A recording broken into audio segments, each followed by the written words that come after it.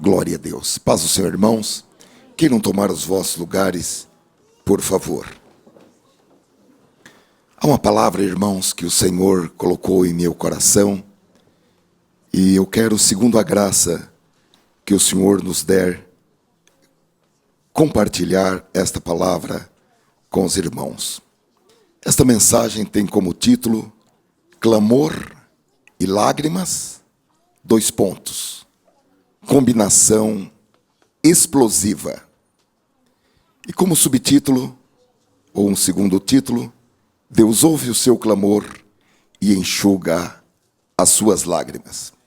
É a quinta mensagem da série É Tempo de Orar. E nesta mensagem nós vamos observar como Deus mudou tudo na vida de uma família. Era uma família que hoje seria chamada monoparental, porque era composta só por uma mãe e um filho. E eles misturaram, eles combinaram oração com lágrimas. E essa mistura, irmãos, oração mais lágrimas, realmente gera uma combinação explosiva. Os irmãos que entendem de ciências sabem que existem elementos que, quando combinados, geram explosão. Nós vamos ler no livro de Gênesis, no capítulo 21, o primeiro livro da Bíblia, capítulo 21. Nós vamos ler a partir do versículo 14. Nos diz a preciosa palavra do Senhor. Então se levantou Abraão pela manhã de madrugada e tomou pão e um odre de água e os deu a Agar, pondo-os sobre o seu ombro. Também lhe deu o menino e despediu-a, e ela partiu andando errante no deserto de Berseba. E consumida a água do odre, lançou o menino debaixo de uma das árvores e foi assentar-se em frente, afastando-se à distância de um tiro de arco, porque dizia: que eu não veja morrer o menino. E assentou-se em frente e levantou a sua voz e chorou. E ouviu Deus a voz do menino, e bradou o anjo de Deus a Agar desde o céu e disse-lhe: que tens, Agar? Não temas, porque Deus ouviu a voz do menino desde o lugar onde está. Ergue-te, levanta o menino e pega-lhe pela mão, porque dele farei uma grande nação. E abriu-lhe Deus os olhos, e viu um poço de água, e foi encher o odre de água, e deu de beber ao menino. E era Deus com o menino, que cresceu e habitou no deserto, e foi flecheiro. E habitou no deserto de Parã, e sua mãe tomou-lhe mulher da terra do Egito. Que Deus abençoe de uma maneira poderosa os nossos corações na recepção desta palavra. Vamos, irmãos, à história, começando pela aliança que Deus fez com Abrão. Em Gênesis 15, Deus faz uma aliança com Abrão. Como os irmãos sabem, somente mais tarde é que Deus mudou o nome de Abrão para Abraão. No versículo 5 de Gênesis 15, diz: então o Senhor conduziu Abrão para fora da tenda e orientou-o: olha agora para os céus e conta as estrelas, se as podes contar. E disse-lhe: assim será a tua descendência.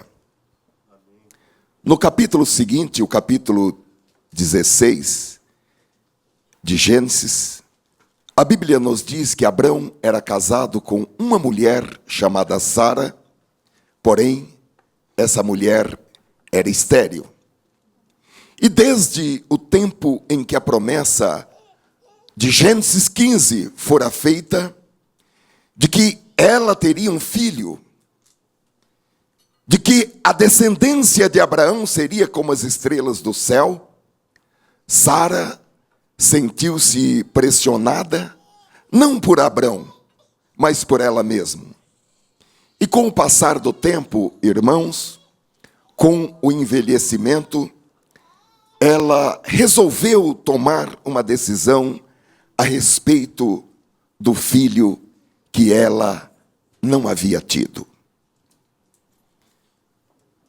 Foi uma decisão legal? Foi uma decisão socialmente aceitável? Porque ela estava baseada nos contratos de casamento segundo o Código de Hammurabi e também de acordo com as regras das chamadas tabelas ou tábuas de argila de Nuzi. O direito da época permitia o que nós vamos falar logo mais adiante. De qualquer maneira, a decisão que ela tomou foi uma decisão legal e aceitável socialmente à época, porém, foi uma decisão divorciada da palavra de Deus, da palavra que Deus falara a Abraão em Gênesis capítulo 5 e versículo 4 em diante, porque Deus falou que ele não precisaria ficar preocupado no tocante a quem ele deixaria a sua herança, porque Deus faria que ele gerasse um herdeiro legítimo, e esse herdeiro seria então gerado por ele e por Sara.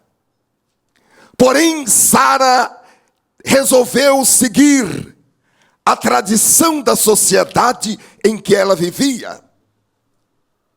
Porque de acordo com a tradição social, de acordo com os cânones legais, era absolutamente legítimo e absolutamente normal que a esposa que não desse um filho do sexo masculino para o marido, provesse uma escrava para que ele pudesse ter filhos com aquela escrava, para que aquele filho levasse a herança da família pelo sangue paterno. Esses chamados tabletes de argila de Nuzi é um documento muito interessante, irmãos. Eles datam dos anos de 1450 a 1350 antes de Cristo. E nos anos de 1920, um grupo de arqueólogos norte-americanos, eles encontraram 5.000, por volta de 5.000 ou mais de 5.000 tabletes de argila, que descreve a vida, o cotidiano da vida do povo naquela região onde Abraão vivia. E aquelas tradições descritas naqueles tabletes de areia, ou de argila, ou de barro, elas são paralelas e coincidem com as descrições bíblicas da mesma época. E dentre elas, existe a previsão de que se a mulher for estéril, ela daria a sua escrava para que o marido pudesse gerar filhos. Esses tabletes, eles estão no Museu do Louvre, em Paris. Os irmãos que porventura forem a Paris, procurem conhecer esses tabletes que estão ali depositados. e que descrevem de uma maneira muito exata aquilo que a Bíblia descreve no livro do Gênesis, o que a arqueologia está comprovando, que aqueles relatos feitos por Moisés não foram fictícios e nem foram também escritos posteriormente e redatados conforme argumentavam inimigos da palavra de Deus. É a arqueologia comprovando a veracidade da Bíblia. Então Sara, ela fixou-se em resolver aquele problema pessoal que envolvia a satisfação do seu marido com um filho. E ela se envolveu muito mais em satisfazer o seu marido com o filho, e menos em cumprir a expressa vontade de Deus. Porque para cumprir a vontade de Deus, implicava em esperar com paciência no Senhor, até que a palavra do Senhor fosse cumprida. Poderíamos até dizer que ela queria ajudar a Deus a cumprir a sua promessa. Então, meus queridos irmãos, Sara tinha uma escrava chamada Agar, uma mulher egípcia, e ela deu esta mulher como concubina a Abraão, para que ela pudesse gerar filhos. É o que hoje nós chamaríamos de barriga de aluguel.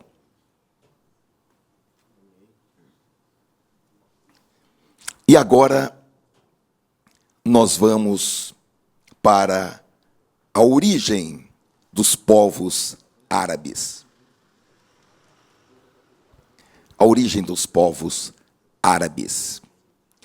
Ainda no capítulo 16, no versículo 15, a Bíblia diz que Agar deu para Abraão um belo filho chamado Ismael, que se tornou o pai das nações árabes.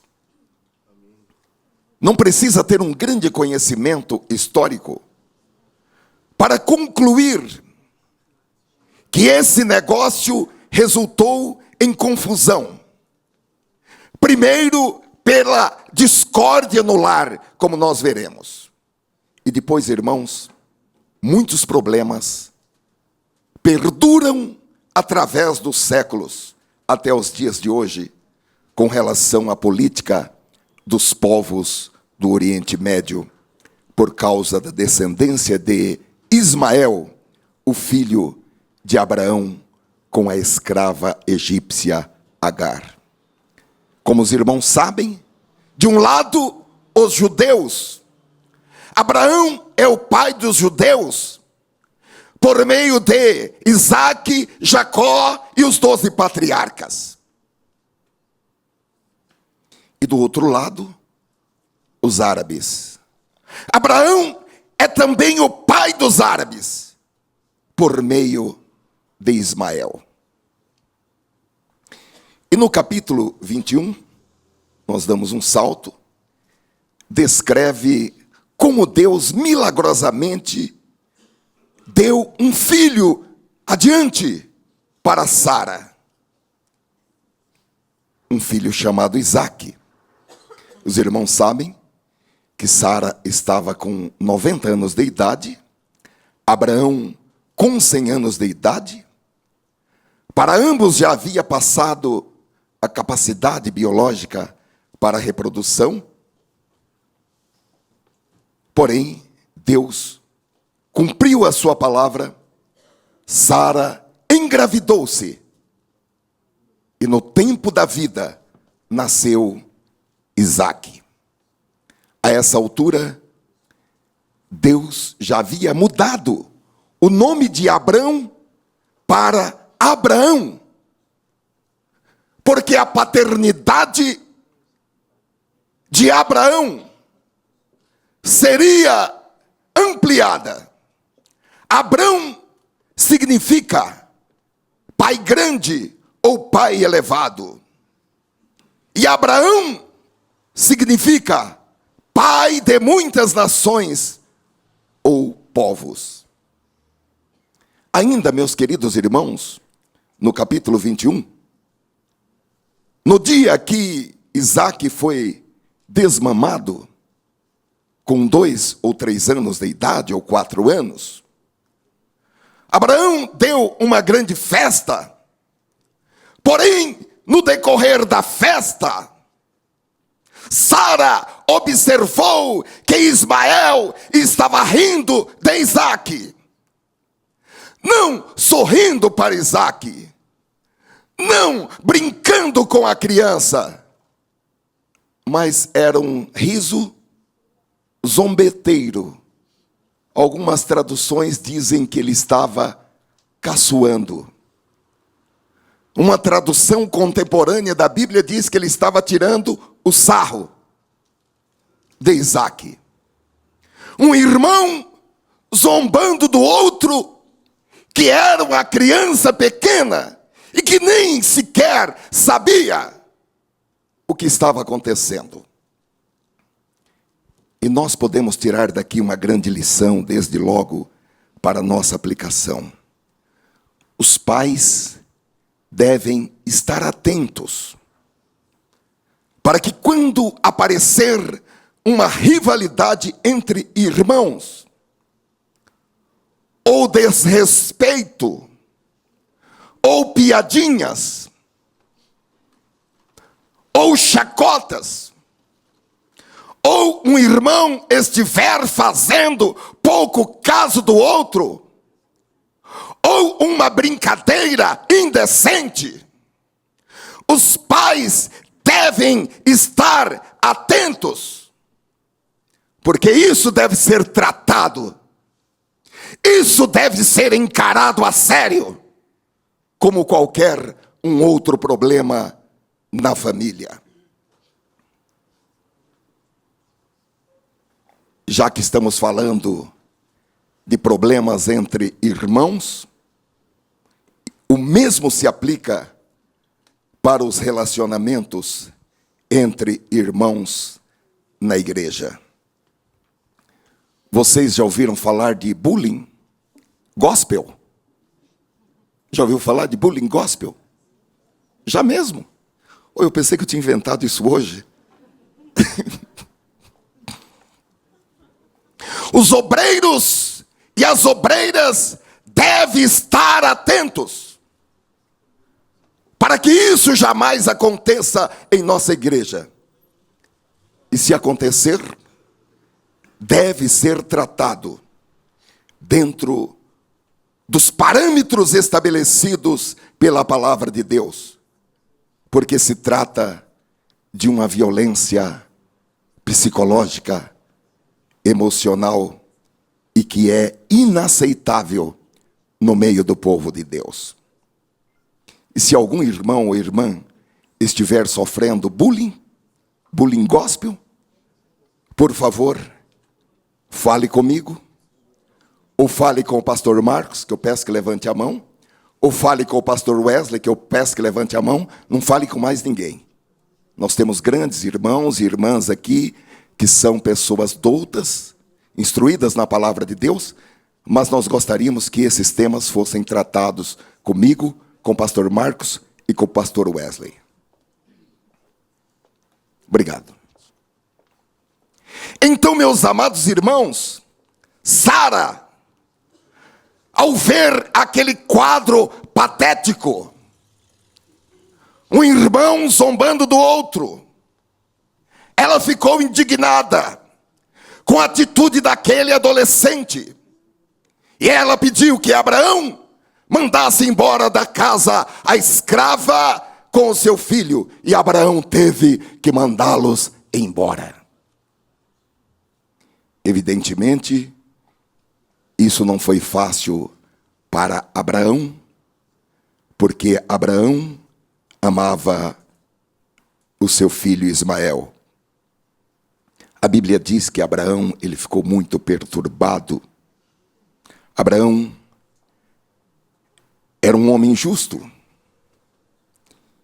E ele não estava disposto a cumprir o pedido de Sara, até que Deus falou com ele e assegurou-lhe que ele cuidaria de Agar e de seu filho.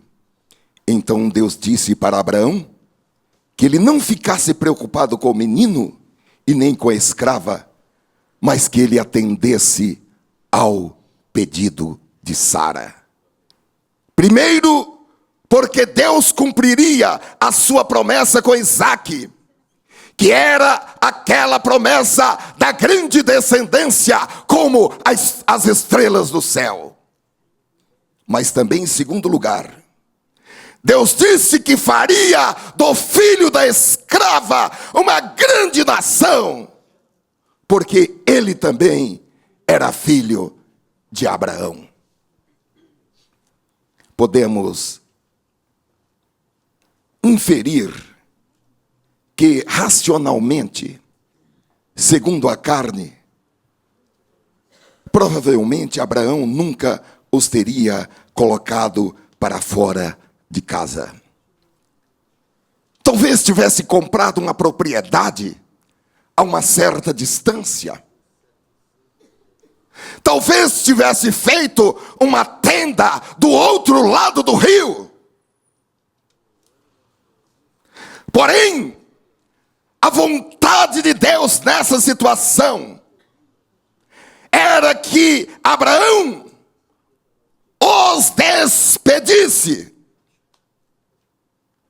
Então, não é que Abraão deveria simplesmente ouvir Sara, mas que Deus estava usando Sara para comunicar a Abraão qual era a sua vontade para aquele problema. Isaque era o filho da promessa e era necessário haver uma separação com Ismael, porque eles dariam origens a duas nações diferentes, judeus e árabes. Então, irmãos, preenchido com essa garantia, Abraão concordou e ele deu para Agar um odre cheio de água e alguns pães e a mandou para o deserto. Evidentemente, Abraão fez o melhor que ele podia. Agora, a partir deste momento, cabia a Agar fazer tudo sozinha. Então, pela madrugada, Agar deixou o acampamento com seu filho, tendo apenas um pouco de comida, que era alguns pães, e aquele odre, aquela vasilha cheia de água. E ela viajou pelo meio do deserto escaldante, o deserto de Berseba. Agar era egípcia, e ela estava tentando voltar para a sua terra natal, o Egito, porém, ela não ia conseguir fazê-lo, porque diz a Bíblia que ela e o menino ficaram andando e vagando sem rumo pelo deserto. Essa altura dos acontecimentos, irmãos, os pães tinham se acabado e o odre com água estava vazio. E agora, eles sem pão e sem água, no calor do deserto, e ainda sem o norte para caminharem até chegar no Egito, cansados, exaustos, com sede, famintos. Ela coloca o menino debaixo de um arbusto, à sombra de uma árvore. E para que ela não tivesse de contemplar com seus próprios olhos o menino morrer, Agar se afastou a uma certa distância, a Bíblia diz que era a distância do tiro de uma flecha, uns 50 metros. E ela assenta-se no chão, e ela se esvai em prantos, porque o quadro que se desenhava diante dela era o fim de tudo. Eu gostaria de fazer um destaque para que nós tenhamos um entendimento espiritual a respeito do trabalhar de Deus. Para que nós entendamos a forma como Deus age em cada situação. E para isso nós precisamos voltar ao capítulo 16 de Gênesis. No capítulo 16 de Gênesis, diz que depois que Agar engravidou-se, e como nós vimos, ela engravidou-se por ordem da própria Sara, porque Sara tinha direito de propriedade sobre Agar. Porém, quando Agar soube que estava grávida, capítulo 16 e versículo 4, ela começou a desprezar a sua senhora, a fazer pouco caso da sua senhora. E no versículo 5, diz que Sara foi reclamar com Abraão que ela estava passando por aquela humilhação e que a culpa era dele. Porque depois que a moça soube que estava grávida, Sara disse: agora ela me trata como se eu não fosse nada, e eu estou sendo menosprezada aos seus olhos. E Sara fez como falou Jó: pese-me Deus em balança fiel. Com outras palavras, ela disse: que o Senhor julgue qual de nós duas está com a razão. No versículo 6 do capítulo 16, diz que Abraão, ele reagiu da seguinte maneira: Sara, decida você mesma o que fazer. A escrava é sua e o problema é um assunto que você tem que resolver. Nos versículos que seguem, irmãos, nós entendemos que Sara novamente reduziu Agar à condição de uma simples escrava. Apesar de grávida, não mais a concubina de Abraão.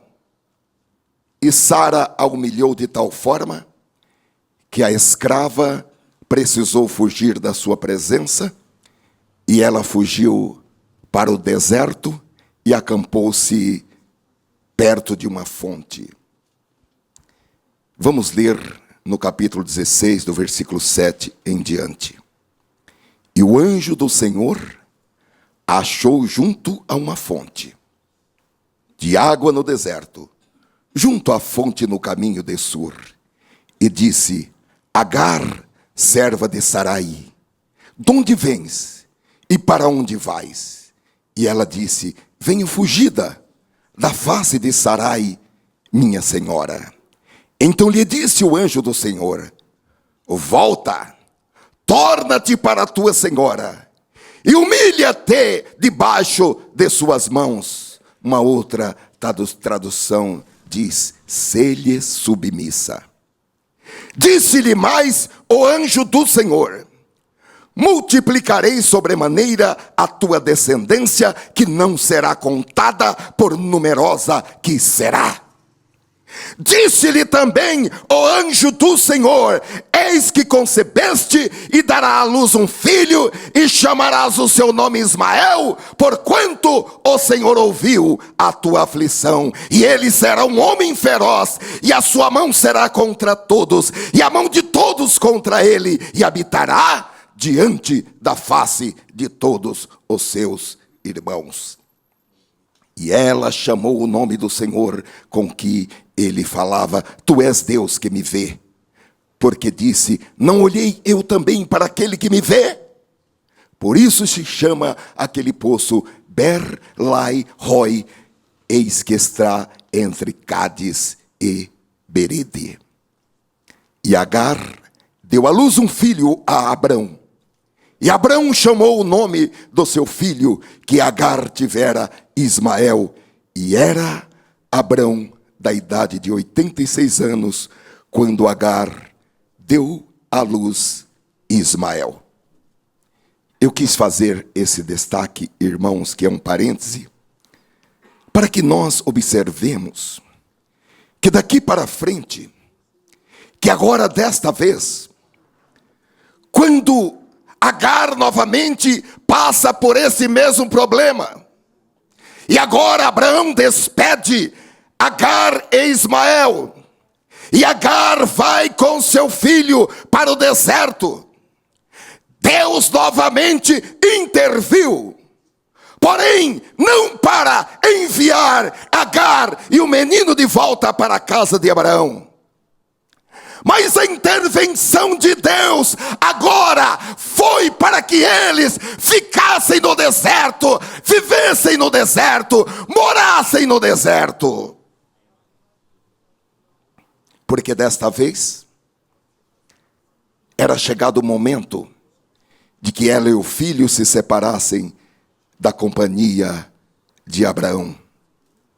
Isso nos mostra, irmãos, que não importa quão forte tenha sido a nossa fé em um determinado momento, ou quão real tenha sido a interferência de Deus para a solução de um problema, quando novamente nós formos enfrentar situações difíceis, nós teremos que buscar em Deus, para que Ele nos dê a revelação da sua vontade, para que Ele revele qual o seu plano para aquela situação, daquele momento. E para isso, nós vamos ter que abandonar as nossas experiências, por mais autênticas que elas sejam, por mais espirituais que elas tenham sido, para uma situação idêntica ou semelhante. Diante de uma nova situação, mesmo que ela seja idêntica, mesmo que ela seja semelhante, mesmo que ela esteja ocorrendo no mesmo lugar, envolvendo as mesmas pessoas, nós precisamos abandonar as nossas concepções anteriores, as nossas experiências anteriores, porque sempre há um novo plano de Deus para as nossas vidas. Porque Deus não é repetitivo. Deus tem a sua própria forma de agir para cada momento, para cada situação, ainda que a situação seja assemelhada, ou mais do que assemelhada, ainda que a situação seja idêntica.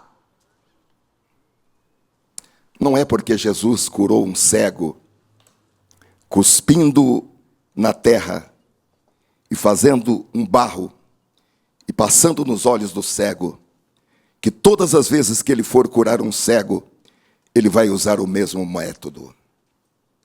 Para cada situação, ainda que seja a situação mais simples, ainda que seja a repetição de uma situação anterior, que Deus resolveu assim e assim, para esse novo momento, nós precisamos de uma revelação para este momento. E quero dizer para os irmãos, enquanto Deus não falar, não mexa um músculo, não faça nada, fique igual uma múmia. Vocês já viram aqueles caras que se pintam de dourado, de prateado, e ficam como uma múmia? Vamos ficar daquele jeito. Enquanto Deus não falar, não vamos nos mexer até que Deus fale. E Ele fala. Aleluia. No mesmo capítulo 21, irmãos, versículo 17, então, diante daquela situação, diz que Deus ouviu a voz do menino e enviou um anjo, e esse anjo a tranquilizou a respeito daquela situação e a relembrou das grandes promessas a respeito da vida daquele menino, que foram feitas durante aquela fuga lá na gravidez. Existem pessoas que têm grandes promessas de Deus, promessas que foram transmitidas a seus pais pela profecia, promessas que foram feitas a ela, a essa pessoa, antes dela ser concebida, promessas que foram feitas quando ela estava em gestação, durante a gravidez da mãe. O Espírito Santo levantou alguém com uma palavra profética a respeito daquela criança. Eu quero lhe dizer que tudo que Deus falou a seu respeito continua escrito no céu. E existe um esforço divino para que tudo quanto Deus falou, por sonhos, por revelações, por profecias, pela palavra da ciência, pela palavra do conhecimento, existe um esforço divino para que isso seja realizado na sua íntegra. Aleluia. Só depende de você manter-se em um estado favorável à recepção e à realização dessas grandes promessas de Deus na sua vida, por meio da renovação da sua mente, pelo transformar-se, pelo entregar-se espírito, alma e corpo em sacrifício vivo e santo e agradável a Deus. Quando isso acontecer, todas as promessas se cumprirão em sua vida. Aleluia.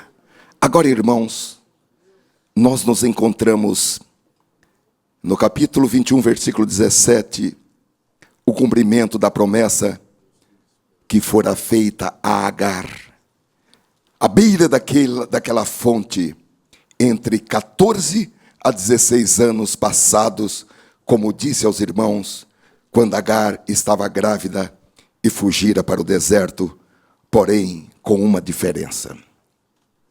Da primeira vez, o anjo do Senhor disse para ela: volte para a sua senhora.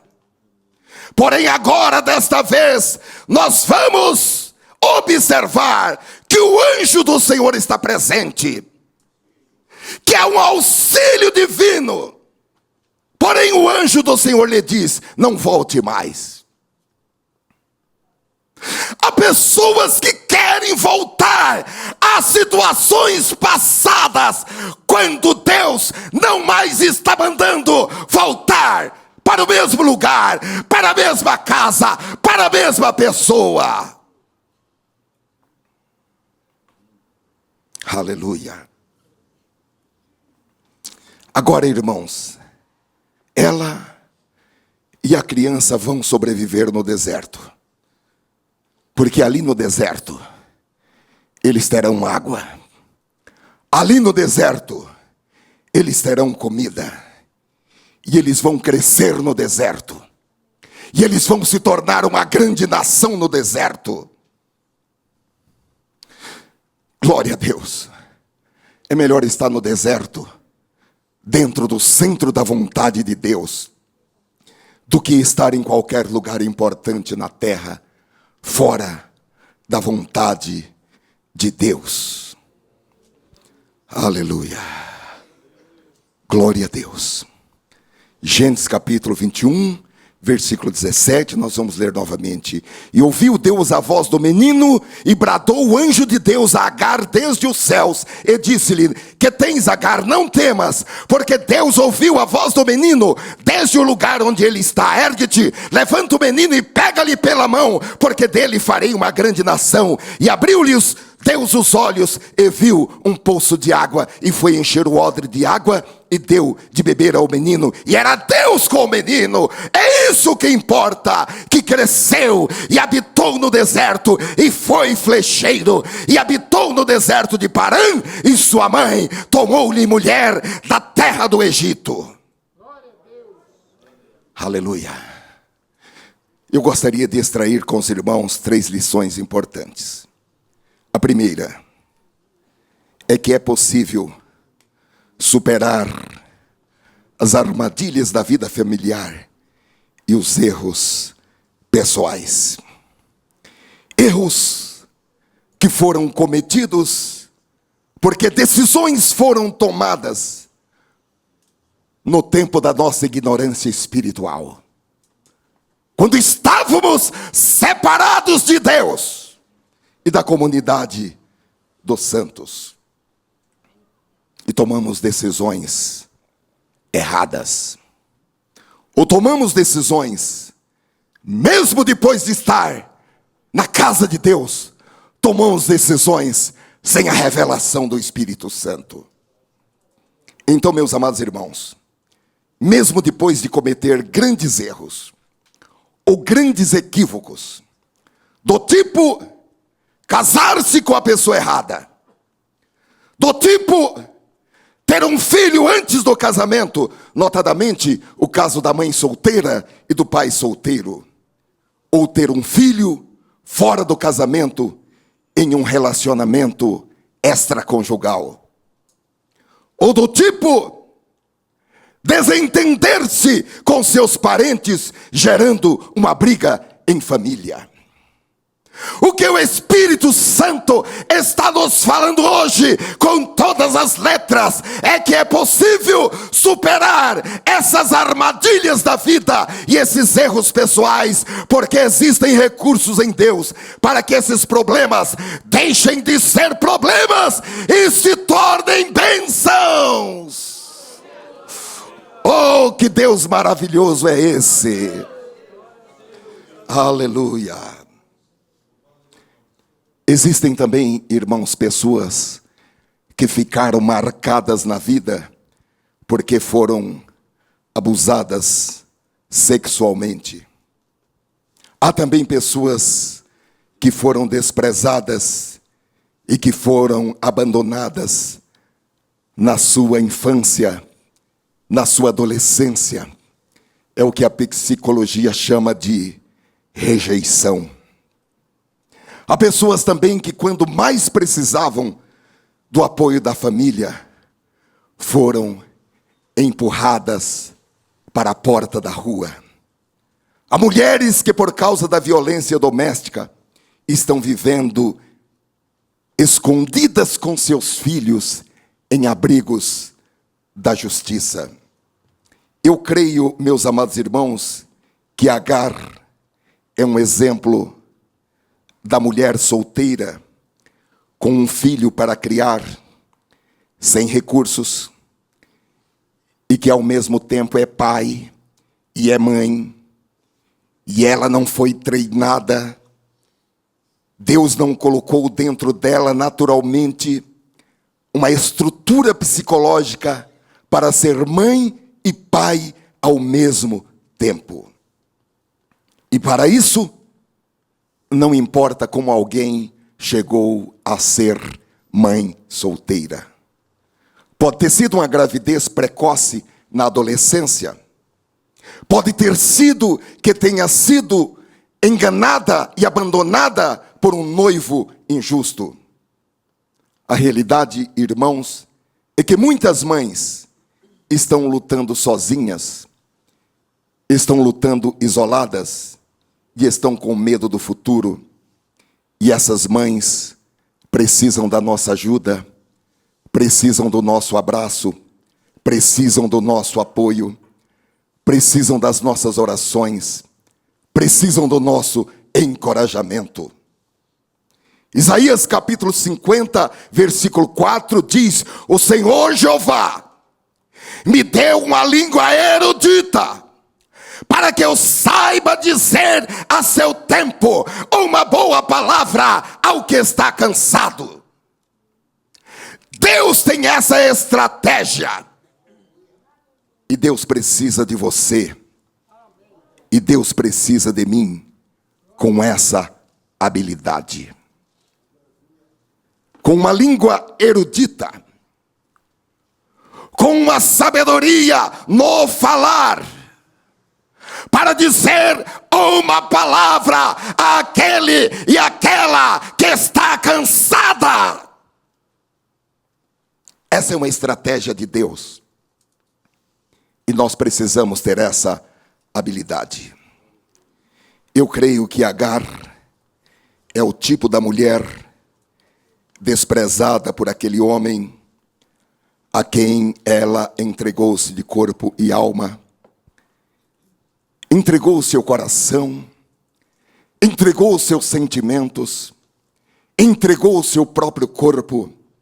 E agora, o que ela ouve é: fica longe de mim. Isso também, irmão, se aplica ao homem que entregou o seu coração para uma mulher e depois, sem mais explicações, o que ele ouviu foi: eu não amo mais você. Eu preciso dizer para você nesta noite, pela unção do Espírito Santo, que existem recursos em Deus para transformar tudo aquilo que seria uma tragédia espiritual na sua vida. Tudo aquilo que seria uma tragédia emocional em sua vida. Existem recursos em Deus para que isso se transforme em uma grande bênção que edificará a sua vida nesta terra e que transbordará para os seus filhos, para os seus netos, para os seus bisnetos, para os seus tataranetos, e como a Bíblia diz, até 1000 gerações, e que também se transbordará para a sua vida eterna. Então esta é a primeira conclusão. Se você clamar ao Senhor, se você se humilhar diante do Senhor com lágrimas, acrescente lágrimas. É preciso fazer a combinação de clamor e lágrimas. Aleluia. As armadilhas, os erros cometidos serão completamente superados, porque Deus ouvirá o seu clamor, enxugará as suas lágrimas e inaugurará um novo tempo. Se você voltar-se completamente para Deus, se você entregar-se a si mesmo como um sacrifício vivo para Deus, deixar a religiosidade, deixar a pregação e o discurso, e entregar-se como um sacrifício vivo para Deus, haverá uma revolução de bênçãos, uma explosão de bênçãos na sua vida, que alcançará toda a sua família. A segunda lição que nós podemos extrair daqui é que existem situações da vida que podem ser comparadas a um deserto. Muitas situações da vida podem ser comparadas a um deserto, onde não há mais esperança de felicidade e de sobrevivência. E é bom, meus amados irmãos, que todos nós estejamos preparados. Eu não estou aqui para fazer terrorismo, nem terrorismo espiritual e nem terrorismo psicológico.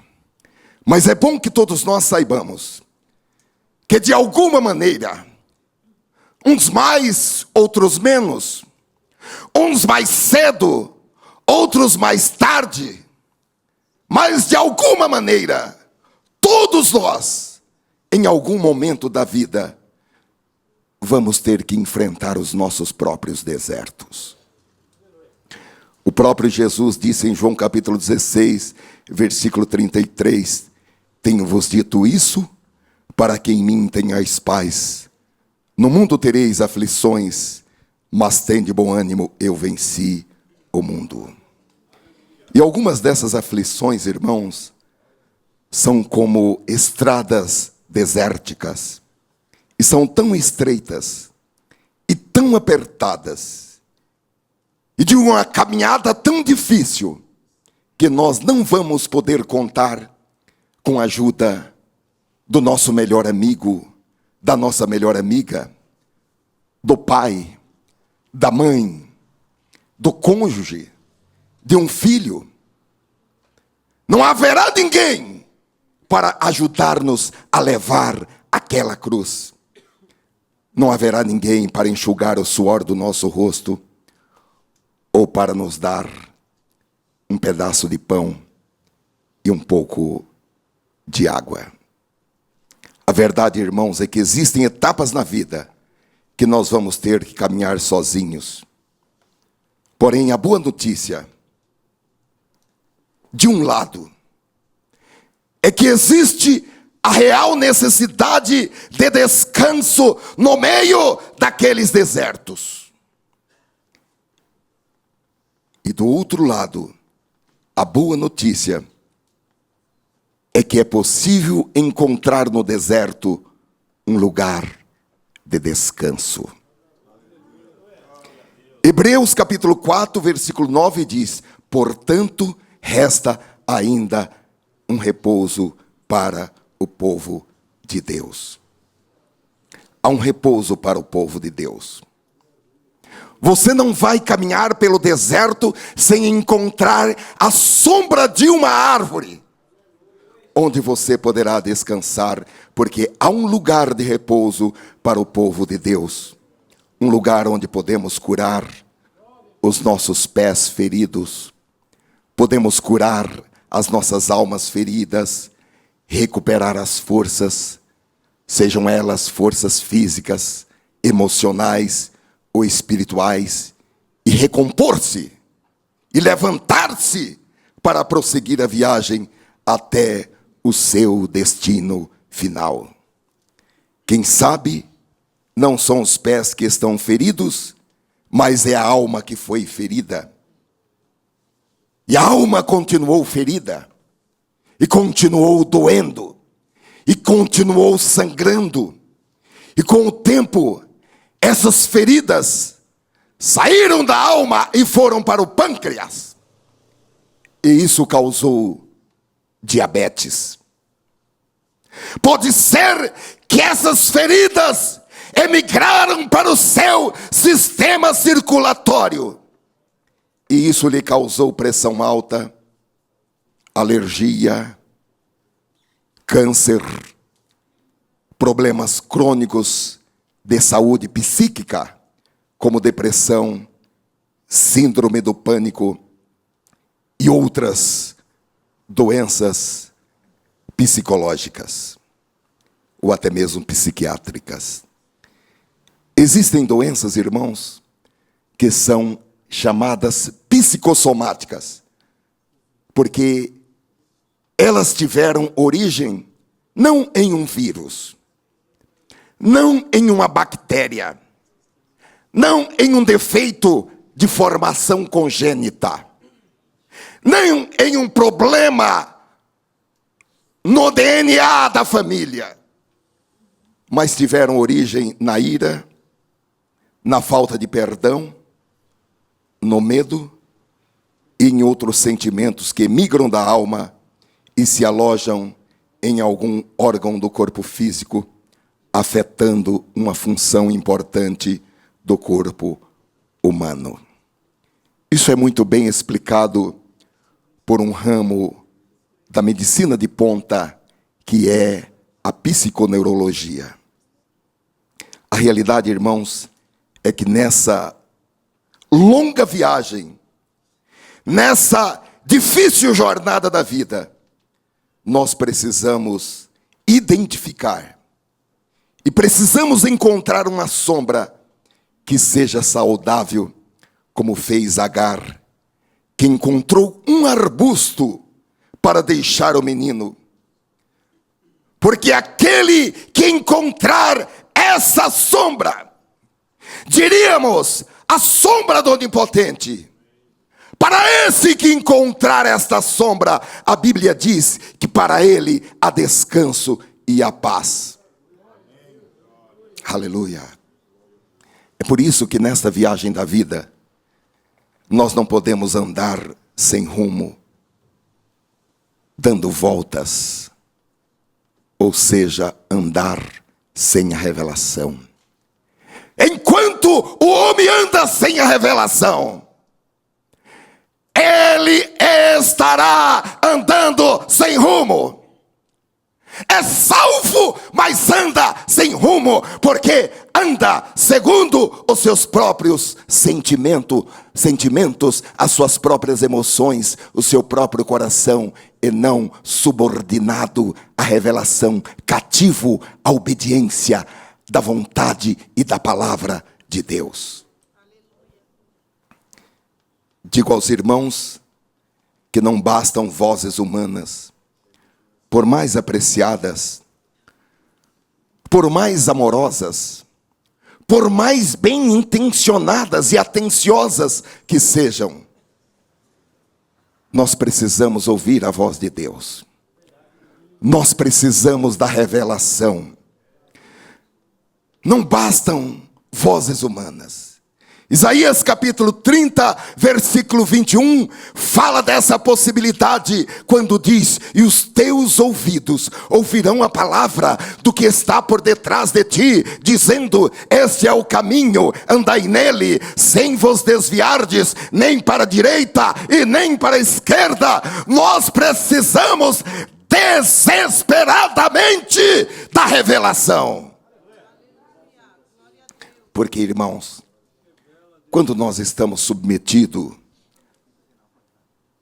às altas temperaturas e às pressões dos problemas da vida, semelhante ao calor do deserto, nós corremos o risco de, em razão da vulnerabilidade, tomarmos decisões baseadas nas circunstâncias que nós estamos vivendo. Corremos o risco de tomar decisões baseadas em nossos sentimentos e não de conformidade com a chamada boa, agradável e perfeita vontade de Deus. E essa boa, agradável e perfeita vontade de Deus só vem por meio da revelação.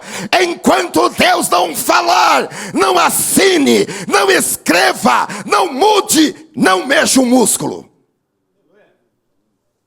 Nós precisamos da revelação. Aleluia. E no deserto, irmãos, nós precisamos ainda encontrar essa fonte de água viva e beber desta fonte até que a nossa sede seja plenamente saciada. Eu não sou contra medicamentos. E há situações que os medicamentos são importantes e para isso Deus abriu a sabedoria. Mas a realidade é que muitas pessoas tentam atravessar os seus desertos com a força de antidepressivos, com a força de medicamentos tranquilizantes, ansiolíticos, com bebidas alcoólicas, com outras drogas, com sexo sem compromisso, com compras exageradas, com comidas exageradas, entregando-se a esportes radicais, submetendo-se nas academias de ginástica a exercícios físicos intermináveis, com viagens e com tantos outros tipos de fugas, quando somente Jesus Cristo, somente Jesus, o bom pastor, é o único que pode ajudar alguém a atravessar o seu deserto e chegar a pastos verdejantes e as fontes cristalinas. Somente Jesus é que pode pode aliviar as dores e as angústias da alma. Vinde a mim, vós que estáis cansados, oprimidos, deprimidos, e eu vos aliviarei, disse Jesus. João capítulo 7, versículo 37, diz: e no último dia, o grande dia da festa, Jesus pôs-se em pé e clamou, dizendo: se alguém tem sede, venha a mim e beba. Então, para sobreviver nesse deserto que você está atravessando, você vai precisar, em primeiro lugar, encontrar um real descanso à sombra do Onipotente. Deixar aquele cristianismo de fachada, que nós temos chamado de cristianismo chuchu, cristianismo picolé, e entrar de cabeça radicalmente à sombra do Onipotente. Segundo, ouvir a voz de Deus. E terceiro, beber dessa água que é Jesus, a fonte d'água viva. E com isso, irmãos, nós chegamos à terceira e última conclusão, que é a seguinte: o deserto não é tão ruim. O deserto não é tão ruim, como nós sempre falamos. Porque quando nós estamos realmente passando por uma situação difícil, nós falamos: irmãos, estou passando por um deserto. O deserto não é tão ruim. Agora, nós não podemos nos esquecer de Mateus capítulo 4 e versículo 1, onde diz que Jesus foi levado ao deserto pelo Espírito Santo e não pelo diabo. Nós também não podemos nos esquecer de Mateus capítulo 4 e versículo 5, onde diz que o diabo levou o Senhor Jesus ao pináculo do templo. E no versículo 8 de Mateus 4, onde diz que o diabo o levou a um monte muito alto e dali mostrou-lhe todos os reinos do mundo e as glórias deles. Duas tentações em lugares altos, porque quando o diabo quer seduzir você e a mim, ele nos leva para lugares altos, de onde ele pode mostrar as glórias e as luzes deste mundo. Como é que ele nos leva para lugares altos? Pode ser uma conversa com um amigo, pode ser a conversa com o seu médico, com o seu advogado, com o seu contador, pode ser um programa de rádio, um programa de televisão, uma revista, uma sugestão, uma proposta de um grande negócio, de uma grande amizade, de onde o diabo mostra para você e para mim todos os reinos deste mundo e todas as glórias dele, todas as luzes deste mundo. Então nós precisamos estar alertas, como já foi falado hoje, precisamos estar atentos, precisamos estar com os nossos sentidos espirituais aguçados, porque o diabo, ele está seduzindo homens e mulheres para levarem-nos a lugares altos, para que eles vislumbrem as glórias deste mundo, os aplausos deste mundo, as luzes deste mundo, as riquezas deste mundo. E muitos, pela simplicidade dos seus corações, pelo desejo de vencer na vida, aliados à falta de discernimento espiritual, interpretam esses momentos em lugares altos como sendo momentos da glória de Deus, quando na realidade a subida para esses lugares altos não foi pela escada de Jacó.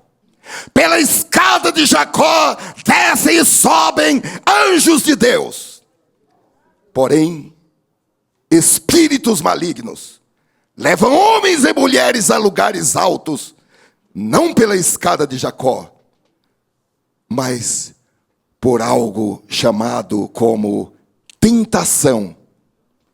Isso faz parte do pacote das astutas ciladas do maligno.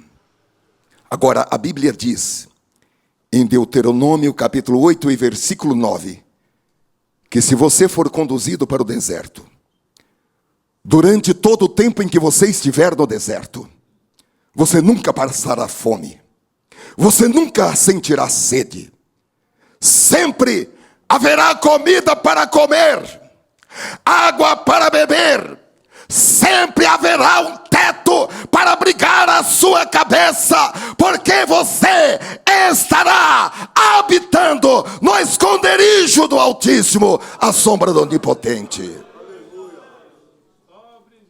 Aleluia. A Bíblia diz no Salmo 121 que o Senhor, Ele é o nosso parceiro, que Ele está conosco no calor. Esta é a palavra do Senhor no Salmo 121, versículo 5. O Senhor é quem te guarda, o Senhor é a tua sombra, a tua direita. O sol não te molestará de dia, nem a lua de noite. Isaías capítulo 25, versículo 4 diz: porque foste a fortaleza do pobre e a fortaleza do necessitado, na sua angústia, refúgio da tempestade e sombra contra o calor, porque o sopro dos opressores é como a tempestade contra o muro. Eu preciso dizer a você que esse deserto que você está atravessando não é para a morte, não é para a destruição, é para o seu aperfeiçoamento espiritual, é para o seu crescimento espiritual.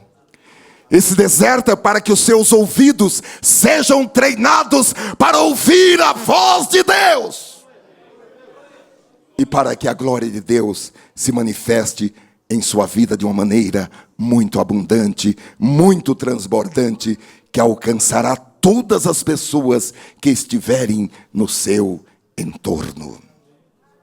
Aleluia. Queridos irmãos, Deus, Ele continua olhando para as pessoas que estão cansadas, que estão oprimidas, que estão exaustas, sejam por problemas pessoais, sejam com problemas com seus filhos, seja por desemprego, por dívidas, por perseguições, por calúnias, por qualquer outro problema.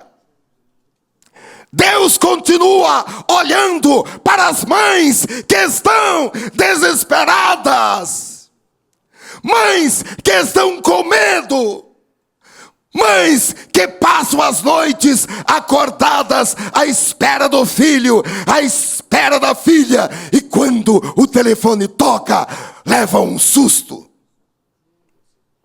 A voz do Senhor ainda está cheia de esperança e cheia de promessas para essas mães que estão assustadas com o futuro. Aleluia. Irmãos, Deus ainda ouve o clamor dos seus filhos, desde o lugar onde quer que estejam.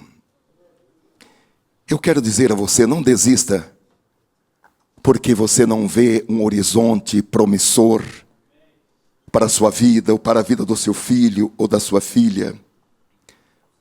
O Espírito Santo e a palavra de Deus, nesta noite, estão nos dando capacidade para que nós possamos viver pela fé e não pela vista, e para que nós possamos superar os obstáculos espirituais, a falta de fé, para que nós possamos superar os obstáculos emocionais, a taquicardia, com medo do que vai acontecer, aquele frio na barriga, com medo do que vai acontecer, as noites acordadas, as lágrimas. O Espírito e a palavra nos dão força para que nós possamos superar todos esses obstáculos, superar tudo quanto nos impede de esperar que o Senhor realize a sua obra completa no tempo de Deus. Pode ser que você não esteja vendo o bem, pode ser que não há comida, não há água, tanto no sentido literal, como também no sentido emocional. Pode ser que você tenha passado longos períodos sem comer o pão da vida, sem beber a água viva, que é a palavra de Deus. Mas o Espírito de Deus trouxe você a esta fonte, porque a Bíblia diz que há um rio que sai do trono de Deus, e esse rio, ele passa por meio da igreja de Deus. Esse rio está correndo aqui nesta noite, e o Espírito de Deus trouxe você a este rio, para que a sua sede espiritual seja saciada. E à medida que a sua sede espiritual for saciada, a sede emocional, as sedes, os problemas psicológicos de sua alma serão também solucionados. Aleluia. Há um espaço reservado para você, à sombra do Onipotente. O seu espaço, a sombra do Onipotente, está reservado. Você não precisa continuar caminhando por esse deserto até cair exausto e morto. Você pode agora mesmo aproximar-se da sombra do Onipotente e assentar-se, e você vai ouvir a voz do seu Pai. Um Pai bondoso temos lá no céu. Você vai ouvir a voz deste Pai bondoso, e você será servido com pão e com água, e as suas forças serão refeitas, e você chegará ao destino final.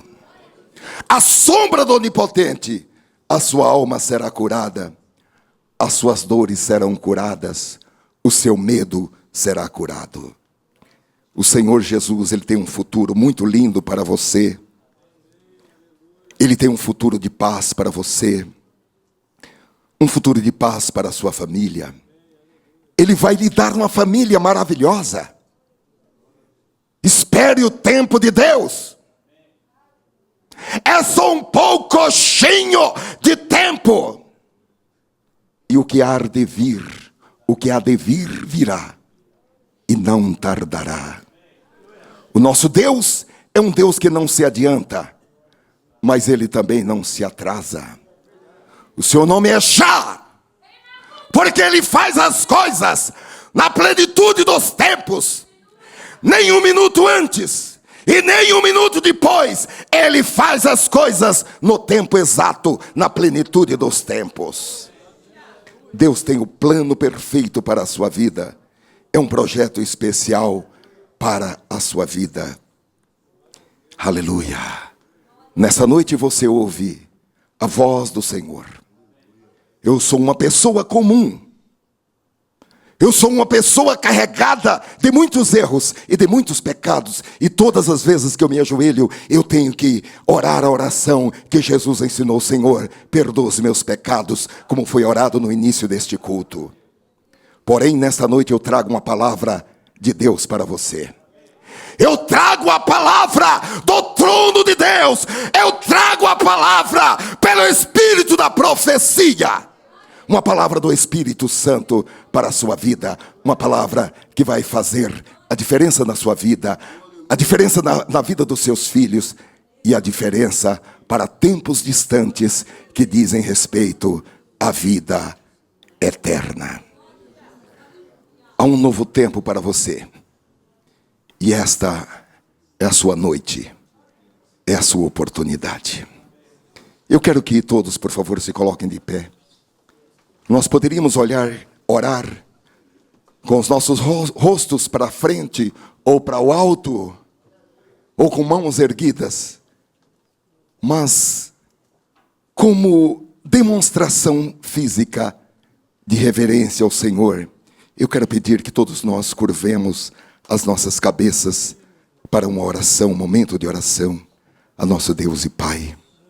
Deus e Pai de nosso Senhor Jesus Cristo, Pai nosso que estás nos céus, nós nos reunimos aqui nesta igreja, nesta noite, e também nos reunimos com milhares de irmãos que estão conosco à distância pela internet, para prestar ao Senhor este culto de louvor, de adoração, e receber, Senhor, a Tua palavra, e receber, Senhor, a revelação para as nossas vidas, receber, Senhor, a instrução, ouvir, Senhor, a Tua voz, indicando o caminho que nós devemos seguir, sem olhar para a direita e nem para a esquerda, ouvir somente a Tua voz, desprezar e rechaçar as muitas outras vozes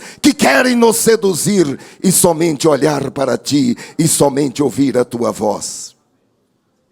Eis-nos aqui, Senhor, espírito, alma e corpo, rendidos, entregues, prontos, Senhor, para que sejamos no Teu altar, oferecidos em sacrifício vivo, santo e agradável a Ti.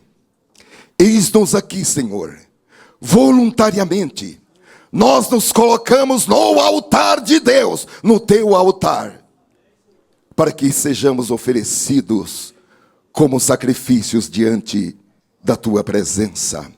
Contanto, Senhor, que as nossas mentes sejam renovadas. Contanto, Senhor, que os nossos pensamentos sejam transformados. Contanto, Senhor, que nós identifiquemo-nos contigo. Contanto, Senhor, que nós tenhamos a mente de Cristo. Contanto, Senhor, que nós tenhamos os Teus pensamentos. Contanto, Senhor, que a Tua palavra se sobrepuxe, Senhor, ao nosso ego, aos nossos pensamentos, aos nossos objetivos, aos nossos interesses, e que nós possamos trazer tudo quanto diz respeito a nós, cativos à obediência da Tua santa e preciosa palavra, e à direção, e à instrução, e à revelação do Espírito Santo. Eis-nos aqui reunidos, e conosco, Senhor, muitos irmãos e irmãs, por toda a face da terra. Aceita-nos, Senhor, e vem transformar-nos, ó Senhor, com o Teu poder, para que nós possamos, a partir de agora, ter um novo olhar, ter um novo pensar, ter uma nova cosmovisão, ó Senhor, ter uma nova determinação na vida, ter, Senhor, novos juízos, novos processos mentais, novo raciocínio subordinado, cativos à obediência da Tua palavra e à revelação do Espírito Santo. Ó Senhor, eu quero de uma maneira especial clamar, Senhor, por irmãos e irmãs que afastaram-se da Tua casa, que distanciaram-se do aprisco das ovelhas, ó Senhor, para que as suas almas sejam tocadas de uma maneira irresistível e que venham, Senhor, correndo aos Teus pés. Quanto àquele outro, Senhor, que carecem de Ti, ó Senhor, toca profundamente em suas almas para um novo tempo, perdoando os seus pecados, ó Senhor, apagando os erros do tempo da ignorância, o envolvimento com a idolatria, com a feitiçaria, com a macumbaria, o envolvimento com o ocultismo, o envolvimento com a astrologia. Em nome do Senhor Jesus, nós clamamos por perdão, em nome de Jesus. Digamos todos amém. Glória a Deus.